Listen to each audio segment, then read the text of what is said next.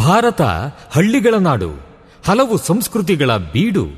ನಮ್ಮಲ್ಲಿ ಹಬ್ಬ ಹರಿದಿನ ಜಾತ್ರೆಗಳಿಗೆ ಕಡಿಮೆ ಏನಿಲ್ಲ. ಹೀಗೆಲ್ಲ ಜಾತ್ರೆ ಉತ್ಸವಗಳು ನಡೆಯುವಾಗ ಇಂಥದ್ದೊಂದು ಶಬ್ದ ನಾದ ನಮಗೆ ಕೇಳುತ್ತಲೇ ಇರುತ್ತದೆ.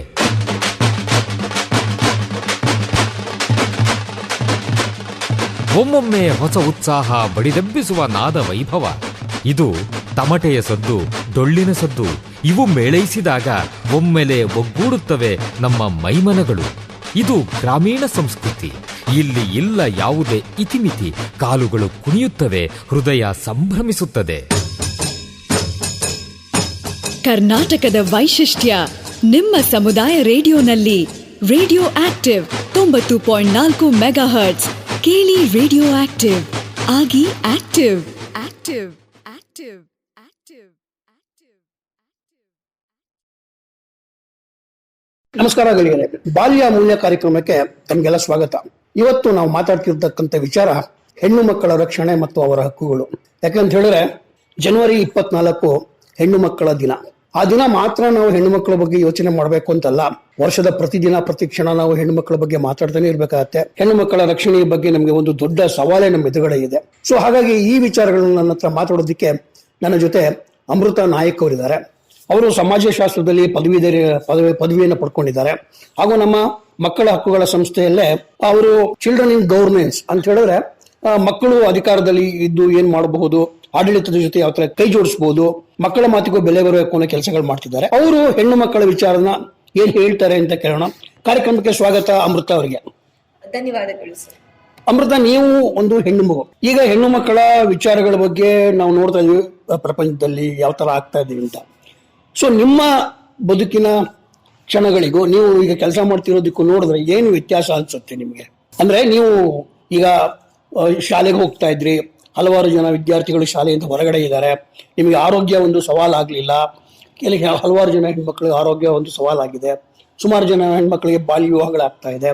ಅಲ್ಲೇ ಒಂದು ಸಾಂಸಾರಿಕ ಪರಿಸ್ಥಿತಿ ಯಾವ ರೀತಿ ಇರಬೇಕು ಹೆಣ್ಣು ಮಕ್ಕಳಿಗೆ ಅಂತ ನಿಮ್ಗೆ ಅನ್ಸುತ್ತೆ? ಒಂದು ನನ್ನ ಪ್ರಕಾರ ಹೆಣ್ಣು ಮಕ್ಕಳು ಇವಾಗ ಇಲ್ಲಿ ಬೆಳೆದು ಬಂದಿದ್ದಾರೆ. ಸೊ ಅದು ನನಗೆ ಯಾವ ತರ ಅನಿಸುತ್ತೆ ಅಂತ ಹೇಳಿದ್ರೆ, ಪರಿಸ್ಥಿತಿಗಳ ಮೇಲೆ ಅದು ಅವಲಂಬನೆ ಆಗಿರುತ್ತೆ ಅಂತ ಹೇಳಿ ನಾನು ಅನ್ಕೋತೀನಿ. ಅಂದ್ರೆ ನಾನು ಹುಟ್ಟಿ ಬೆಳೆದಿದ್ದಂತಹ ಪರಿಸರ, ನನಗೆ ಸಿಕ್ಕಂತಹ ಶಿಕ್ಷಣದ ಅವಕಾಶಗಳಾಗಿರ್ಬೋದು, ಅದರ ನಂತರ ಉದ್ಯೋಗದ ಅವಕಾಶಗಳಾಗಿರ್ಬೋದು, ಅದು ನಾನು ಯಾವ ಪರಿಸರದಲ್ಲಿ ಬೆಳೆದು ಬಂದು ಅದು ಅದ್ರ ಮೇಲೆ ಅವಲಂಬನೆ ಆಗಿದೆ ಅಂತ ಹೇಳಿ ನಾನು ಭಾವಿಸ್ತೀನಿ. ನಾನು ಹುಟ್ಟಿದ್ದು ಅಂದ್ರೆ ನನ್ನ ಅಮ್ಮ ಆಗಿ ಅಪ್ಪ ಆಗಿ ಎಲ್ಲರೂ ಕೂಡ ಎಜುಕೇಟೆಡ್ ಆಗಿದ್ರು. ಹಾಗಾಗಿ ಅವ್ರಿಗೆ ಶಿಕ್ಷಣದ ಮೌಲ್ಯ ಏನು ಅಂತ ಹೇಳಿ ಗೊತ್ತಿತ್ತು. ಹೌದು. ಹಾಗಾಗಿ ನನ್ನನ್ನ ಹೆಣ್ಣು ಮಗು ಅಂತ ಹೇಳಿ ಒಂದು ತರದ ಬೇರೆ ತರದ ಟ್ರೀಟ್ ಮಾಡಿಲ್ಲ ನನ್ನನ್ನ.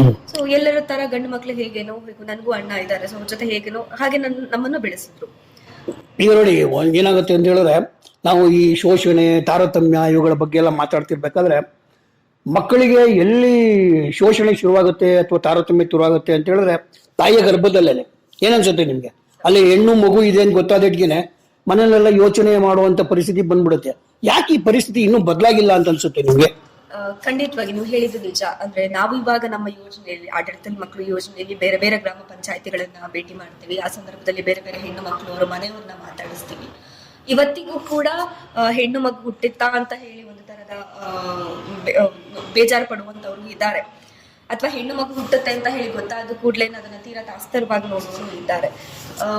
ಒಂದು ಆಗಿನಕ್ಕೂ ಈಗಿನಕ್ಕೂ ಇರುವಂತಹ ಬದಲಾವಣೆ ಏನು ಅಂತ ಹೇಳಿದ್ರೆ, ಆಗ ಹೆಣ್ಣು ಮಗು ಅಂತಂದ್ರೆ ಹೊರೆ ಅಂತಾನೆ ಈಗಲೂ ಇದೆ, ಬಟ್ ಈಗಿಗಿಂತ ಹೆಚ್ಚಿನ ಮಟ್ಟದಲ್ಲಿ ಹೊರೆ ಅಂತ ಹೇಳಿ ಹಿಂದೆ ಭಾವಿಸ್ತಾ ಇದ್ರು. ಒಂದು ಹೆಣ್ಣು ಮಗು ಹುಟ್ಟಿತ್ತು ಅಂತ ಹೇಳಿದ್ರೆ ಆ ಹುಟ್ಟಿದ ಕ್ಷಣದಿಂದ ಆ ಮಗು ಮದುವೆ ಮಾಡೋದಕ್ಕೆ ದುಡ್ಡು ಸೇವ್ ಮಾಡ್ಕೊಂಡು ಇಟ್ಟಿರ್ಬೇಕು. ಬಟ್ ಈಗ ಇನ್ನೊಂದು ತರದ ಸಮಸ್ಯೆ ಕೂಡ ಅದಕ್ಕೆ ಈಡಾಗಿದೆ. ಎಲ್ಲಿ ಹೆಣ್ಣು ಮಕ್ಕಳು ಹುಟ್ಟಿದ್ರೆ ಅವರಿಗೆ, ಹೆಣ್ಣು ಮಕ್ಕಳಿಗೆ ಈಗ ನಮ್ಗೆ ಸುತ್ತಮುತ್ತ ನೋಡ್ಬೇಕಾದ್ರೆ ಹೆಚ್ಚಿನ ಸಮಸ್ಯೆಗಳು ಆಗುವಂತದ್ದು. ಮೊದಲೇ ಕಂಪೇರ್ ಮಾಡಿದ್ರೆ ಅತ್ಯಾಚಾರಗಳು ಹೆಣ್ಣು ಮಕ್ಕಳು ನಡೆಯುವುದು ತುಂಬಾ ಜಾಸ್ತಿ ಆಗ್ಬಿಟ್ಟಿದೆ. ಸೊ ಒಂದು ಹೆಣ್ಣು ಮಗು ಹುಟ್ಟಿದ್ರೆ ಎಲ್ಲಿ ಅದಕ್ಕೆ ರಕ್ಷಣೆ ಕೊಡದೆ ಈ ಸಮಾಜದಲ್ಲಿ ಬದುಕಕ್ಕಾಗಲ್ಲ. ಹಾಗಾಗಿ ಈಗಲೇ ಹೆಣ್ಣು ಮಗು ಬೇಡ ಅಂತ ಹೇಳಿ ಭಾವಿಸುವಂತಹದ್ದು ಅಥವಾ ಆ ತರದ ಯೋಚನೆ ಮಾಡಿ ಅದನ್ನ ನಡ್ಕೊಳ್ಳುವಂತದ್ದು ಕೂಡ ಹೆಚ್ಚಾಗಿ ಇದೆ ಇವಾಗ. ಓಕೆ, ಒಂಥರ ಪರಿಸ್ಥಿತಿ ಏನು ಅಂತ ಹೆಚ್ಚಿನ ಬದಲಾವಣೆ ಇಲ್ಲ ಅಂತ ಅನ್ಸುತ್ತೆ. ಆದ್ರೆ ಈಗ ಹೆಣ್ಮಕ್ಳು ಜಾಸ್ತಿ ಜನ ಶಿಕ್ಷಣ ಪಡ್ಕೊಳ್ತಾ ಇದ್ದಾರೆ. ನೀವೀಗ ಸುಮಾರು ಹಲವಾರು ಹಳ್ಳಿಗಳ ಈ ಮಕ್ಕಳ ಗ್ರಾಮ ಸಭೆಗಳಾದಾಗ ನೋಡಿದ್ದೀರಾ. ಅಲ್ಲಿ ಹೆಣ್ಣು ಮಕ್ಕಳ ಭಾಗವಹಿಸುವಿಕೆ ಯಾವ ತರ ಇದೆ ಅಂತ ಅನ್ಸುತ್ತೆ ನಿಮ್ಗೆ? ಮೊದಲಿಗೆ ಕಂಪೇರ್ ಮಾಡಿದ್ರೆ, ಅಂದ್ರೆ ಈಗ ಇತ್ತೀಚೆಗೆ ನಾವು ಹೇಳ್ಬೇಕು ಅಂತ ಅಂದ್ರೆ ಹೆಣ್ಣು ಮಕ್ಕಳ ಭಾಗವಹಿಸುವಿಕೆ ಇದೆ, ಆದ್ರೆ ಗಂಡು ಮಕ್ಕಳಷ್ಟರು ಭಾಗವಹಿಸ್ತಾರೆ ಅಂತ ಹೇಳಲಿಕ್ಕೆ ಆಗೋದಿಲ್ಲ. ಓಕೆ ಓಕೆ ಹೆಣ್ಣು ಮಕ್ಕಳಿಗೆ ಇರುವಂತಹ ಕೆಲವೊಂದು ಸಮಸ್ಯೆಗಳಿರಬಹುದು, ಅವುಗಳನ್ನ ಅವರು ಮುಕ್ತ ವೇದಿಕೆಯಲ್ಲಿ ಹಂಚ್ಕೊಳ್ಳೋದಕ್ಕೆ ರೆಡಿ ಆಗಿರೋದಿಲ್ಲ. ಉದಾಹರಣೆಗೆ ನಾವು ಮಕ್ಕಳ ಹಕ್ಕುಗಳ ಗ್ರಾಮ ಸಭೆ ಅಂತ ಹೇಳಿ ಗ್ರಾಮ ಪಂಚಾಯಿತಿ ಜೊತೆಗೆ ಒಂದು ಪರಿಣಾಮಕಾರಿಯಾಗಿ ಆಯೋಜನೆ ಆಗಲಿ ಕೆಲಸ ಮಾಡ್ತಾ ಇದ್ದೀವಿ. ಈ ಗ್ರಾಮ ಸಭೆಗಳಲ್ಲಿ ಕೂಡ ಬರುವಂತಹ ಮಕ್ಕಳು ಮತ್ತೆ ಶಾಲಾ ಕುರಿತಾದಂತ ವಿಚಾರಗಳನ್ನ ಹೇಳ್ತಾರೆ ಹೊರತು ಹೆಣ್ಣು ಮಕ್ಕಳು ಪರ್ಟಿಕ್ಯುಲರ್ ಆಗಿ ಹೆಣ್ಣು ಮಕ್ಕಳೇ ಅವರಿಗಿಂತ ಸಮಸ್ಯೆಗಳ ಬಗ್ಗೆ ಮುಕ್ತವಾಗಿ ಮಾತಾಡ್ಲಿಕ್ಕೆ ತಯಾರಿರುವುದಿಲ್ಲ. ಎಲ್ಲೋ ಕೆಲವೊಂದು ಕಡೆ ಬಾಲ್ಯ ವಿವಾಹ ಈಗ ನನ್ನ ಗೆಳತಿಗೆ ಮಾಡ್ತಾ ಇದ್ದಾರೆ ನಿಲ್ಲಿಸಿ ಅಂತ ಹೇಳಿ ಅನ್ನುವಂತ ಮಾತುಗಳಾಡ್ತಾರೆ. ಆದ್ರೆ ಅವ್ರ ಮೇಲಾಗ್ತಿರುವಂತಹ ಲೈಂಗಿಕ ದೌರ್ಜನ್ಯಗಳಿರ್ಬೋದು, ದೌರ್ಜನ್ಯ ಅನ್ನೋದಕ್ಕಿಂತ ಚಿಕ್ಕ ಪುಟ್ಟ ಅದು ಸರ್ವೇ ಸಾಮಾನ್ಯವಾಗಿ ಪ್ರತಿದಿನದಲ್ಲಿ ನಡೆಯುವಂತಹ ವಿಚಾರಗಳಿರ್ಬಹುದು, ಅದನ್ನ ಅವ್ರಗಳಿಗೆ ಹಂಚ್ಕೊಳ್ಬೇಕು ಅಂತ ಹೇಳಿ ಅನಿಸದೇ ಇರ್ಬೋದು, ಅಥವಾ ಹಂಚ್ಕೊಳ್ಳೋದಕ್ಕೆ ಇನ್ನೂ ಅಂತದ್ ಒಂದು ಏನಂತಾರೆ ನಮ್ಮ ಸಮಾಜವೇ ಅದೇ ತರ ಇದೆ, ಒಂದು ತರದ ಮೆಂಟಾಲಿಟಿ ಹಾಗೆ ಇದೆ. ಹೆಣ್ಣು ಮಕ್ಕಳು ಮುಕ್ತವಾಗಿ ಮಾತಾಡೋದಿಲ್ಲ ಅಥವಾ ಯಾವ್ದಾದ್ರು ಒಂದು ವಿಚಾರದ ಬಗ್ಗೆ. ಉದಾಹರಣೆಗೆ ಇವಾಗ ಶುಚಿ ಪ್ಯಾಡ್ ಸಿಗುವಂತದ್ದು, ಈಗ ನಾವು ಹೋದಂತಹ ಶಾಲೆಗಳಲ್ಲೆಲ್ಲ ಮಕ್ಕಳು ಹೇಳ್ತಾ ಇದ್ರೆ ಒಂದು ಕಳೆದ 2 ವರ್ಷದಿಂದ ನಮ್ಗೆ ಶುಚಿ ಪ್ಯಾಡ್ ಸಿಗ್ತಾ ಇಲ್ಲ ಅಂತ ಹೇಳಿ. ಆದ್ರೆ ಇದು ಕೆಲವೇ ಕಡೆ ಮಾತ್ರ ಮಾತಾಡ್ತಾರೆ, ಇನ್ನು ಕೆಲವೆಡೆ ನಾವಾಗೆ ಕೇಳಿದಾಗ ಮಾತಾಡ್ತಾರೆ. ಆದ್ರೆ ಹೆಣ್ಣು ಮಕ್ಕಳಿಗೂ ಕೂಡ ಇವಾಗ ಪೀರಿಯಡ್ಸ್ ಬಗ್ಗೆ ಮಾತಾಡಬೇಕು ಅಂತಂದ್ರೆ ಹಿಂಜರಿಕೆ ಹಾಗೆ ಇದೆ. ಯಾಕೆ ಹಾಗೆ ಇದೆ ಅಂತ ಹೇಳಿದ್ರೆ ನಮ್ಮ ಸಮಾಜ ಹಾಗೆ ಇದೆ. ಅವ್ರು ಹಾಗೆ ಮಾತಾಡಿದಾಗ ನೀನೇನು ಈ ತರ ಮಾತಾಡ್ತಿದ್ಯಾ ಅಂತ ಹೇಳ್ಬಿಟ್ಟು ಕೇಳ್ತಾರೆ. ಹಾಗಾಗಿ ಗಂಡಸು ಮನಸ್ಥಿತಿ ಈ ಸಮಾಜ ಇರೋದ್ರಿಂದ ಹೆಣ್ಣು ಮಕ್ಕಳಿಗೆ ಈ ತರ ಮಾತನಾಡೋ ವಿಚಾರದಲ್ಲೂ ಮುಕ್ತವಾಗಿ ಯಾವ್ದಾರ ಭಾವನೆಗಳನ್ನ ಹಂಚ್ಕೊಳ್ಳೋ ವಿಚಾರದಲ್ಲೂ ಇನ್ನೂ ತೀರಾ ಅದು ಹಾಗೆ ಸಮಸ್ಯೆ. ಅಲ್ಲ, ಈ ನಮ್ಮ ಸಮಾಜದಲ್ಲಿ ಯಾಕೆ ಹೆಣ್ಣು ಮಕ್ಕಳ ದೇಹಕ್ಕೆ ಕೊಟ್ಟ ಪ್ರಾಮುಖ್ಯತೆ ಅಂತ ಹೇಳಿದ್ರೆ ಪ್ರೈವೇಟ್ ಆಗಿ ಅದನ್ನ ಭೌತಿಕ ಮಟ್ಟಕ್ಕೆ ಕೊಟ್ಟಿಲ್ಲ ಅಂತ ಅನ್ಸುತ್ತೆ. ಈಗ ಹೆಂಗಸರು ತಾಯಿ ಆಗ್ಬೇಕು, ಮನೆ ನೋಡ್ಕೋಬೇಕು, ಆಕೆ ಹಾಲು ಕುಡಿಸ್ಬೇಕು, ಈ ತರ ದೇಹದ ಗರ್ಭಕೋಶ, ಸ್ತನಗಳು ಅಥವಾ ಆಕೆ ಮದುವೆ ಆಗ್ಬೇಕಾದವಳು, ಈ ತರ ಒಂದು ರೀತಿಯಲ್ಲಿ ನೋಡ್ತಾರೆ ಹೊರತು ಆಕೆ ಬುದ್ಧಿವಂತಲು, ಸಮಾಜವನ್ನು ಮುನ್ನಡೆಸ್ಬೋದು, 4-5 ಜನಕ್ಕೆ ಬುದ್ಧಿ ಹೇಳ್ತಾಳೆ, ಈ ತರ ಯಾಕೆ ನೋಡೋದಿಲ್ಲ ಅನ್ಸುತ್ತೆ ಅಮೃತ ನಿಮ್ಗೆ? ನನಗೆ ನನ್ನ ಅಭಿಪ್ರಾಯ ಏನು ಅಂತ ಹೇಳಿದ್ರೆ, ಈ ತರದ ಮನಸ್ಥಿತಿಗಳು ಎರಡು ಕಡೆ ಅಂದ್ರೆ ಹೆಣ್ಣು ಮಕ್ಕಳ ತಲೆಯಲ್ಲೂ ಮತ್ತು ಗಂಡು ಮಕ್ಕಳ ತಲೆಯಲ್ಲೂ ಕೂಡ ಬರುವಂತದ್ದು ಮನೆಯಿಂದ. ಮನೆಯಲ್ಲಿ ಒಂದು ಹೆಣ್ಣು ಮಗು ಹುಟ್ಟಿದ ಕೂಡಲೇ ಆ ತರದ ಆಲೋಚನೆಗಳ ಅವರಲ್ಲಿ ತುಂಬಿಸ್ಬಿಡ್ತಾರೆ. ಉದಾಹರಣೆಗೆ ಒಂದು ಹೆಣ್ಣು ಮಗು ಒಟ್ಟಿಗೆ ಅವಳಿ ಜವಳಿ ಒಂದು ಗಂಡು ಮಗು ಹೆಣ್ಣು ಮಗು ಹುಟ್ಟಿತ್ತು ಅಂತಾನೆ ಅನ್ಕೋಬಿಡೋಣ. ಅವಳು ಒಂದು 8 ವರ್ಷ ಹುಡುಗಂಗೆ 8 ವರ್ಷ ಅಂತ ಇದ್ದಾಗ ಅವಳಿಗೆ ಏನ್ ಹೇಳ್ತಾರೆ ಅಂದ್ರೆ, ನೀನು ಹೋಗು ಮನೆ ಗುಡಿಸು ಅಥವಾ ಪಾತ್ರೆ ತೊಳಿ, ಈಗಲೇ ಕಲಿತಿದ್ರೆ ನೀನು ಯಾವಾಗ ಕಲಿತೀಯ, ನೀನು ಮುಂದೆ ಹೋಗಿ ಮನೆ ನಡೆಸೋಳು ಕಲಿಬೇಕು ಅಂತ ಹೇಳ್ಬಿಟ್ಟು. ಅದೇ ಗಂಡು ಮಕ್ಳನ್ನ ಹೊರಗೆ ಹೋಗು ಆಟ ಆಡು ಅಂತ ಹೇಳ್ತೀವಿ. ಈ ತರ ನಾವು ಮನೆಯಲ್ಲಿ ಅವ್ರನ್ನ ಅದೇ ತರ ಬೆಳೆಸ್ತೀವಿ, ಅವ್ರಿಗೆ ಅದೇ ತರ ತುಂಬ್ತೀವಿ. ಸೊ ಒಂದು ಸಲ ನಾವು ಈ ತರ ಮನೆಯಲ್ಲಿ ಅವ್ರಿಗೆ ಹೇಳ್ತಾ ಹೇಳ್ತಾ ಹೇಳ್ತಾ ಹೋದಾಗ ಅವ್ರು ಅದಕ್ಕೆ ರಪ್ಟ್ ಆಗ್ಬಿಡ್ತಾರೆ. ಅಂದ್ರೆ ನನ್ನ ಕೆಲಸ ಏನು ಇಂತಹದ್ದು ಇಂಥದ್ದೇ ಅಂದ್ರೆ ಗಂಡಸರನ್ನ ನಾವು ಮೊದಲು ಬದಲಾಯಿಸಬೇಕಾಗಿತ್ತು, ಗಂಡು ಮಕ್ಕಳನ್ನ ಮನೆಯಲ್ಲಿ. ಸೊ ಗಂಡು ಮಕ್ಕಳಿಗೆ ನಾವು ಅವಳು ಹುಡುಗಿಯಲ್ಲಿ ಕೆಲಸ ಮಾಡ್ತಾನೆ ಹೋಗಿ ಹೊರಗಡೆ ಆಟ ಆಡು ಅಂತ ಹೇಳಿ ಕಳಿಸ್ತೀವಿ. ಆಗ ಅವ್ರಿಗೆ ತಲೆಯಲ್ಲಿ ಹಾಕಿ ಬಂದ್ಬಿಡುತ್ತೆ, ಅವು ಹೆಣ್ಣು ಮಕ್ಳು ಅಂದ್ರೆ ಏನು ಕೆಲಸ ಮಾಡ್ಬೇಕಾದವರು ಅಥವಾ ಮದುವೆ ಆಗಿ ಮಕ್ಳು ಹಡ್ದು ಮನೇಲಿ ಇರ್ಬೇಕಾದವರು ಅಂತ ಹೇಳಿ. ಅದು ಬಾಲ್ಯದಲ್ಲಿ ಬೆಳೆದಂತಹ ತಲೆ ಆಲೋಚನೆ ಅದು ಕೊನೆಯವರೆಗೂ ಹಾಗೆ ಉಳಿದು ಬಿಡುತ್ತೆ. ಸೊ ಹಾಗಾಗಿ ಈಗ ಇಡೀ ಸಮಾಜದಲ್ಲಿ ನೋಡ್ಬೇಕಾದ್ರೆ ಹೆಣ್ಣು ಮಕ್ಕಳನ್ನ ಯಾಕೆ ನಾವು ಬರೀ ಅವರ ಭೌತಿಕ ಶರೀರದ ಬಗ್ಗೆ ಮಾತ್ರ ಕಾನ್ಸೆಪ್ಟ್ ಮಾಡ್ತೀವಿ ಅಂದ್ರೆ ಇದೇ ಕಾರಣಕ್ಕಾಗಿ, ಮನೆಯಲ್ಲಿ ನಾವು ಏನು ಕಲ್ತ್ಕೊ ಬಂದಿದೀವಿ ಆ ಕಾರಣಕ್ಕಾಗಿ ಅಂತ. ಈಗ ನೋಡಿ, ಬರೀ ಇದು ಒಂದು ಮನೆಯ ಸಮಸ್ಯೆ ಅಲ್ಲ, ಒಂದು ದೇಶದ ಸಮಸ್ಯೆ ಅಲ್ಲ, ಇಡೀ ವಿಶ್ವದ ಸಮಸ್ಯೆ. ಹಾಗಾಗಿ ಈಗ ವಿಶ್ವಸಂಸ್ಥೆ 2016 ಸುಸ್ಥಿರ ಅಭಿವೃದ್ಧಿ ಗುರಿಗಳು ಅಂತ ಏನ್ ಮಾಡುತ್ತೋ, ಅಲ್ಲಿ ಗುರಿ 5ನ್ನ ಇದು ಈ ತರ ಜೆಂಡರ್ ಈಕ್ವಿಲಿಬ್ರಿಯಂ ಅಥವಾ ಲಿಂಗ ಸಮಾನತೆ ತರಕ್ಕೆ ಅಂತಾನೆ ಮನಸ್ಸಲ್ಲಿ ಇಟ್ಕೊಂಡಿದ್ದಾರೆ. ಎಲ್ಲಾ ಪ್ರಪಂಚದ ಎಲ್ಲಾ ದೇಶಗಳಲ್ಲೂ ಕೂಡ ಹೆಣ್ಮಕ್ಳು ಒಂದು ರೀತಿಯಲ್ಲಿ ಶೋಷಣೆಗಳು ಅನುಭವಿಸ್ತಾ ಇರ್ತಕ್ಕಂಥವ್ರು, ಅವ್ರನ್ನ ಒಂದು ರೀತಿಯಲ್ಲಿ ಮುನ್ನೆಲೆಗೆ ಬರಕ್ಕೆ ಬಿಡದೇ ಇರುವಂತ ಪರಿಸ್ಥಿತಿ ಇದೆ. ಸೊ ಇದೆಲ್ಲ ಹೋಗ್ಬೇಕು ಅಂತ ಹೇಳಿದ್ರೆ ನೀವು ಗಂಡ್ಮಕ್ಳಿಗೂ ಶಿಕ್ಷಣ ಕೊಡ್ಬೇಕು ಅಂತ ಹೇಳಿದ್ರಿ ಅಂತ ಹೇಳಿದ್ರು. ಆದ್ರೆ ಅಧಿಕಾರಕ್ಕೆ ಹೆಣ್ಮಕ್ಳನ್ನ ಬರಕ್ ಬಿಡುತ್ತಾ ಇಲ್ವಲ್ಲ, ಅದಕ್ಕೆ ಏನ್ ಹೇಳ್ತೀರಾ ನೀವು? ಅಂದ್ರೆ ಈಗ ಉದಾಹರಣೆಗೆ ನಮ್ಮ ರಾಜಕೀಯ ಪಕ್ಷಗಳು ಅವ್ರಿಗೆ ನಿಲ್ಲೋದಕ್ಕೆ ಟಿಕೆಟ್ ಕೊಡೋದಿಲ್ಲ, ಅಥವಾ ಅವ್ರಿಗೆ ಪ್ರತಿನಿಧಿಗಳಾಗೋದಕ್ಕೆ ಅವಕಾಶ ಕೊಡೋದಿಲ್ಲ, ಅದು ಚುನಾವಣೆಯಲ್ಲೇ ಭಾಗವಹಿಸಕ್ಕೆ ಅವಕಾಶ ಕೊಡೋದಿಲ್ಲ. ಅಂದ್ರೆ ಅವ್ರ ಮೇಲೆ ಇನ್ನೂ ನಂಬಿಕೆ ಬಂದಿಲ್ವಾ? ಇನ್ನು ಎಷ್ಟು ಪ್ರೂವ್ ಮಾಡ್ಬೇಕು ನಮ್ಮ ಹೆಣ್ಮಕ್ಳು? ಓಕೆ, ಇದನ್ನ 2 ತರ ಹೇಳ್ಬೋದು. ಒಂದು, ಹೆಣ್ಣು ಮಕ್ಕಳ ಭಾಗವಹಿಸುವಿಕೆ. ಒಂದು ರೀತಿಯಲ್ಲಿ ಹೇಳ್ಬೇಕಂದ್ರೆ ಗಂಡು ಮಕ್ಳು ಎಷ್ಟು ಜನ ಹೋಗ್ತಾರೆ, ಉದಾಹರಣೆಗೆ ಒಂದು ಎಲೆಕ್ಷನ್ ಅಲ್ಲಿ ನಿಲ್ಲಬೇಕು ಅಂತ, ನಾನು ರಾಜಕೀಯಕ್ಕೆ ಸೇರ್ಬೇಕು ಅಂತ ಒಂದು 100 ಜನ ಹೊರಟ್ರೆ ಆ 100 ಜನಕ್ಕೆ ಸರಿಸಮವಾಗಿ ಹೆಣ್ಣು ಮಕ್ಳು ಹೊರಡೋದು 20 ರಿಂದ 25 ಜನ ಮಾತ್ರ. ಸೊ ಹಾಗಾಗಿ ರಾಜಕೀಯಗಳಿಗೂ ಇಳಿಬೇಕು ಅಥವಾ ಆಡಳಿತಗಳಲ್ಲಿ ನಾವು ಭಾಗಿಯಾಗಬೇಕು ಅಂತ ಹೆಣ್ಣು ಮಕ್ಕಳು ಭಾವಿಸುವಂತವರ ಸಂಖ್ಯೆ ತುಂಬಾ ಕಡಿಮೆ ಇದೆ. ಅದು ಒಂದು ಕಾರಣ ಈಗ ರಾಜಕೀಯದಲ್ಲಿ ಹೆಣ್ಣು ಮಕ್ಕಳ ಸಂಖ್ಯೆ ಕಡಿಮೆ ಇರೋದಕ್ಕೆ. ಇನ್ನೊಂದು ಹೌದು, ಮೊದಲಿಂದವೂ ಕೂಡ ನಮ್ಮದು ಗಂಡಸು ಮನಸ್ಥಿತಿಯ ಸಮಾಜ. ಗಂಡಸರೇ ನಾವೇ ಅಧಿಕಾರದಲ್ಲಿರಬೇಕು, ನಮ್ಮ ನಂತರ ಹೆಣ್ಣು ಮಕ್ಕಳು ಅಂತ ಹೇಳಿ ಅನ್ನುವಂತಹ ಅವರ ಮನಸ್ಥಿತಿ ಹಾಗಿರೋದ್ರಿಂದ ಎಲ್ಲ ಕಡೆ ಕೇಳ್ಪಟ್ಟಾಗ ಅಥವಾ ಕೆಲವರು ಹಂಚ್ಕೊಂಡಿರುವ ಪ್ರಕಾರವು ಹೇಳಬೇಕು ಅಂತಂದ್ರೆ ಅವಕಾಶಗಳು ಕೊಡೋದಿಲ್ಲ ಅಂತ ಹೇಳಿ.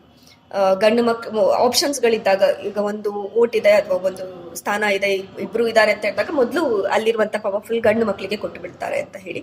ಇನ್ನೊಂದು, ಅವ್ರಿಗೆ ವೋಟ್ ಹಾಕಿರೋ ಜನರ ಮನಸ್ಥಿತಿ ಹೀಗಿರಬಹುದು ಅಂತ ಒಂದು ಭಾವನೆ ಇರುತ್ತೆ. ಅಂದ್ರೆ ನಾವು ಹೆಣ್ಣು ಮಕ್ಕಳಿಂದ ವೋಟ್ ಹಾಕೋರ ಸಂಖ್ಯೆ ಕಡಿಮೆ ಇರಬಹುದು, ಗಂಡು ಮಕ್ಳು ಯಾರು ವೋಟ್ ಹಾಕದೇ ಇರಬಹುದು ಅಂತ ಹೇಳಿ ಇರಬಹುದು. ಸೊ ಹಾಗಾಗಿ ಅವ್ರಿಗೆ ಅವಕಾಶ ಕೊಡದೇ ಇರುವಂತಹ ಪರಿಸ್ಥಿತಿ ಇದೆ. ಈ ಉದಾಹರಣೆ ನಾನು ಗಮನಿಸಿರ್ತಕ್ಕ, ನಾನು ಸುಮಾರು ಒಂದು 20-25 ವರ್ಷಗಳಿಂದ ಮಕ್ಕಳ ಹಕ್ಕುಗಳ ಕ್ಷೇತ್ರದಲ್ಲಿ ಇದೇ ತರ ತಾರತಮ್ಯ ಆಗ್ಬಾರ್ದು, ಹೆಣ್ಮಕ್ಳು ಪವರ್ಫುಲ್ ಆಗಿರ್ಬೇಕು ಅಂತ. ನನಗೂ ಸುಮಾರು ಜನ ಶಿಷ್ಯಂದ್ರು ಇದ್ರು. ಸುಮಾರು ಹೇಳ್ಬೇಕು ಅಂದ್ರೆ ಒಂದು 20-30 ಜನ ಹೆಣ್ಮಕ್ಳನೆ ನಾನು ಅದು ಸಾಧನೆ ಮಾಡ್ಬೇಕು, ಇದನ್ನ ಸಾಧನೆ ಮಾಡ್ಬೇಕು ಅಂತ ಮಾತಾಡೋರು. ಅವ್ರಿಗೆ ಮದ್ವೆ ಆಗೋಯ್ತು. ಮದ್ವೆ ಆದ್ಮೇಲೆ ಈಗ ಉದಾಹರಣೆಗೆ 30 ಜನದಲ್ಲಿ ನಾನು ಇಂಥವ್ರನ್ನ ಉದಾಹರಣೆ ಹೇಳಿ ಇವ್ರು ಮುಂದೆ ಬಂದ್ರು ಅಂತ ಹೇಳೋದಕ್ಕೆ ಯಾರು ಒಬ್ರು ಇಲ್ಲ. ಅದಕ್ಕೆ ಕಾರಣ ಏನಿಸುತ್ತೆ, ಈಗ ಉದಾಹರಣೆಗೆ ನೀವು ಎಂಪವರ್ಮೆಂಟ್ ಅದು ಇದೆಲ್ಲ ಮಾಡ್ತೀರಾ, ಆ ಹೆಣ್ಮಕ್ಳೆಲ್ಲ ಎಂಪವರ್ ಆದರೇನೆ, ಅವ್ರಿಗೆ ಗೊತ್ತಿತ್ತು ಸಮಾನತೆ ಬೇಕು ಅಂತ. ಆದ್ರೆ ಮದುವೆ ಆದ್ಮೇಲೆ ಮತ್ತೆ ಇದು ಯಾರು ಗಂಡನ ಗುಲಾಮತನ ಆಗ್ಬಿಡುತ್ತಾ ಅಥವಾ ತಮ್ಮ ಸ್ವಾತಂತ್ರ್ಯ ಕಳ್ಕೊಂಡ್ಬಿಡ್ತಾರ? ಏನ್ ಅನ್ಸುತ್ತೆ ನಿಮ್ಗದು? ಹೌದು, ನನ್ಗೆ ಇದ್ರ ಬಗ್ಗೆ ನಾನು ತುಂಬಾ ಸಲ ಆಲೋಚನೆ ಮಾಡಿದ್ದೆ ಅಥವಾ ನನ್ನ ತುಂಬಾ ಸ್ನೇಹಿತರ ಜೊತೆ ಹಂಚ್ಕೊಳ್ತಾ ಇದ್ದೆ. ಮದುವೆ ಆದಾಗ ಅಥವಾ ಮದುವೆಗಿಂತ ಮುಂಚೆ ಬಹಳಷ್ಟು ಅಚೀವ್ಮೆಂಟ್ ಸಾಧನೆಗಳನ್ನ ಮಾಡಿದವರು ಮದುವೆ ಆದ ನಂತರ ಕ್ರಮೇಣವಾಗಿ ಅದು ಕಡಿಮೆ ಆಗ್ತಾ ಬರುತ್ತೆ ಅಥವಾ ಪೂರ್ಣವಾಗಿ ನಿಲ್ಲಿಸ್ತಾರೆ ಅಂತ ಹೇಳಿ. ಒಂದು ಕಾರಣ ಅದಕ್ಕೆ ಮನೆಯ ಜವಾಬ್ದಾರಿಗಳು ಅಂತ ಹೇಳಿ ನಾವು ಎಷ್ಟೋ ಕಡೆ ಹೇಳ್ತೀವಿ. ಒಂದು ಸಲ ಮದುವೆ ಆಗಿ ಹೋದಾಗ ಮನೆಯ ಎಲ್ಲಾ ಕೆಲಸಗಳು, ಒಂದು ಪಾತ್ರೆ ತೊಳೆಯೋದ್ರಿಂದ ಅಡಿಗೆ ಮಾಡೋದ್ರಿಂದ ಹಿಡಿದು ಎಲ್ಲಾ ಕೆಲಸಗಳು ಕೂಡ, ಅಂದ್ರೆ ಮನೆ ನಿಭಾಯಿಸುವಂತ ಎಲ್ಲಾ ಕೆಲಸಗಳು ಸಮಾನವಾಗಿ ಇಬ್ರು ಕೂಡ ಮಾಡಬೇಕು ಅಂತ ಹೇಳಿ, ಗಂಡು ಮಾಡಬೇಕು, ಹೆಂಡತಿಯೂ ಮಾಡಬೇಕು ಅಂತ ಹೇಳಿ. ಆದ್ರೆ ಇವತ್ತಿಗೂ ಕೂಡ ಎಷ್ಟೇ ಎಜುಕೇಟೆಡ್ ಫ್ಯಾಮಿಲಿಯಲ್ಲಿ ನೋಡಿದ್ರು ಕೂಡ ಅದು ಒಂದು ರೀತಿ ಫೀಡ್ ಆಗ್ಬಿಟ್ಟಿದೆ ತಲೆಯಲ್ಲಿ ನಮ್ಗೆಲ್ಲ. ಅಂದ್ರೆ ಮನೆ ಅಂತ ಬಂದಾಗ ಮನೆ ನಿಭಾಯಿಸುವ ಎಲ್ಲ ಕೆಲಸ ಮಾಡ್ಬೇಕಾಗಿರೋದು ಹೆಂಡತಿ, ಹೊರಗಿನೆಲ್ಲ ಕೆಲಸ ಮಾಡ್ಬೇಕಾಗಿರೋದು ಗಂಡ ಅಂತ ಹೇಳಿ. ಹೀಗೆ ಜವಾಬ್ದಾರಿಗಳೆಲ್ಲ ಒಂದೇ ಸಲಕ್ಕೆ ತಲೆ ಮೇಲೆ ಬಿದ್ದಾಗ ಯಾರಿಗಾದ್ರೂ ಬೇರೆ ಬೇರೆ ಮನೆ ನಿಭಾಯಿಸ್ಬೇಕು, ಮಕ್ಕಳು ನೋಡ್ಕೋಬೇಕು, ಗಂಡನನ್ನು ನೋಡ್ಕೋಬೇಕು, ಅದ್ರ ಜೊತೆಗೂ ಪರ್ಸನಲ್ ಆಗಿರುವಂತಹ ಯಾವ್ದಾದ್ರು ಕೆಲಸಗಳನ್ನ ಕಲಿಬೇಕು ಅಥವಾ ಸಾಧನೆಗಳನ್ನ ಮಾಡಬೇಕು ಅನ್ನುವಂಥದ್ದು ಅದು ನಿಜಕ್ಕೂ ಸವಾಲಿನ ಕೆಲಸ. ಇಂಥ ಸವಾಲುಗಳು ಬಂದಾಗ ಬಹಳಷ್ಟು ಹೆಣ್ಣು ಮಕ್ಕಳು ಅದನ್ನ ಅವರ ಸಾಧನೆ ಏನಿತ್ತು ಮದುವೆಗಿಂತ ಮುಂಚೆ ಅದನ್ನ ನಿಲ್ಲಿಸ್ಬಿಡ್ತಾರೆ ಅಂತ ಹೇಳಿ. ಬಹಳ ಚೆನ್ನಾಗಿ ಉತ್ತರಗಳನ್ನ ಹೇಳಿದ್ದೀರಾ, ಪರಿಸ್ಥಿತಿನ ಚೆನ್ನಾಗಿ ವಿಶ್ಲೇಷಣೆ ಮಾಡಿದ್ದೀರಾ ಅಮೃತ ಅವರೇ. ನಿಜಕ್ಕೂ ಈಗ 24ನೇ ತಾರೀಕು ಹೆಣ್ಣು ಮಕ್ಕಳ ದಿನ, ಅದನ್ನ ನಾವು ಅಬ್ಸರ್ವ್ ಮಾಡ್ತೀವಿ, ಗಮನಿಸ್ತೀವಿ, ಆಚರಣೆ ಮಾಡೋದಿಲ್ಲ. ಎಲ್ಲ ಹೆಣ್ಣು ಮಕ್ಕಳಿಗೂ ಅವಕಾಶಗಳು ಸಿಕ್ಕಿ ಒಂದು ರೀತಿಯಲ್ಲಿ ಸಮಾನತೆ ಬರಲಿ, ನಮ್ಮಲ್ಲಿ ಒಂದು ಲಿಂಗ ತಾರತಮ್ಯ ಇದೆಯಲ್ಲ ಅದು ನಿಲ್ಲಿ ಅಂತ ಆಶಿಸೋಣ. ನಿಮ್ಗೆ ಧನ್ಯವಾದಗಳು. ಧನ್ಯವಾದಗಳು ನಾಗಸಿಂಹ ಸರ್ ಅವರೇ. ಹೌದು, ನೀವು ಹೇಳಿರೋ ಹಾಗೇನೆ ಮೊದಲಿಗೆ ನಮ್ಮೆಲ್ಲರ ಮನಸ್ಥಿತಿಗಳಲ್ಲಿ ಬದಲಾಗಬೇಕು. ಬದಲಾವಣೆ ಎಲ್ಲಿಂದ ಪ್ರಾರಂಭ ಆಗ್ಬೇಕು ಅಂತಂದ್ರೆ ನಮ್ಮ ಆಲೋಚನೆಗಳಿಂದ. ಮನುಷ್ಯರ ಮನಸ್ಸು ಬದಲಾದಾಗ ಮಾತ್ರ ಪ್ರಪಂಚ ಬದಲಾಗಬಹುದು, ಜಗತ್ತು ಬದಲಾಗಬಹುದು ಅಂತ ನಾವು ಭಾವಿಸ್ತೀವಿ. ಹಾಗೆ ಹೆಣ್ಣು ಮಕ್ಕಳಿಗೆ ಒಳ್ಳೆ ಅವಕಾಶಗಳು ಮುಂದೆ ಸಿಕ್ಕಿ ಹೆಣ್ಣು ಗಂಡು ಇಬ್ರು ಸಮಾನವಾಗಿ ಮುಂದುವರಿಲಿ ಅಂತ ಹೇಳಿ ನಾನು ಆಶಿಸ್ತೇನೆ. ಧನ್ಯವಾದಗಳು. ಊಟ ಅಂದ್ರೆ ಬರೀ ಉಪ್ಪಿನಕಾಯಿ ಅಲ್ಲ, ಉಪ್ಪಿನಕಾಯಿ ಊಟದ ಜೊತೆಗೆ ಮಾತ್ರ. ಹಾಗೇನೆ ರೇಡಿಯೋ ಕಾರ್ಯಕ್ರಮಗಳಲ್ಲಿ ಮನರಂಜನೆ ಮುಖ್ಯ ಅಲ್ಲ, ಮನರಂಜನೆಯೊಂದಿಗೆ ವಿಚಾರಪೂರ್ಣ ಕಾರ್ಯಕ್ರಮಗಳು ಅಗತ್ಯ. ಇದರಿಂದಾಗಿ ಸಮುದಾಯದ ಹಿತ ಕಾಯಲು, ಸಮುದಾಯದ ಗುರಿ ತೋರಲು ರೇಡಿಯೋ ಆಕ್ಟಿವ್ ವಾಹಿನಿ ಪ್ರಸಾರವಾಗುತ್ತಿದೆ.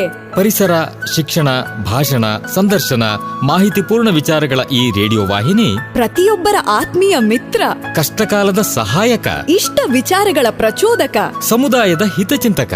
ತಪ್ಪದೆ ಕೇಳಿ 90.4 ತರಂಗಾಂತರದಲ್ಲಿ ರೇಡಿಯೋ ಆಕ್ಟಿವ್. ಕೇಳಿ ರೇಡಿಯೋ ಆಕ್ಟಿವ್, ಆಗಿ ಆಕ್ಟಿವ್.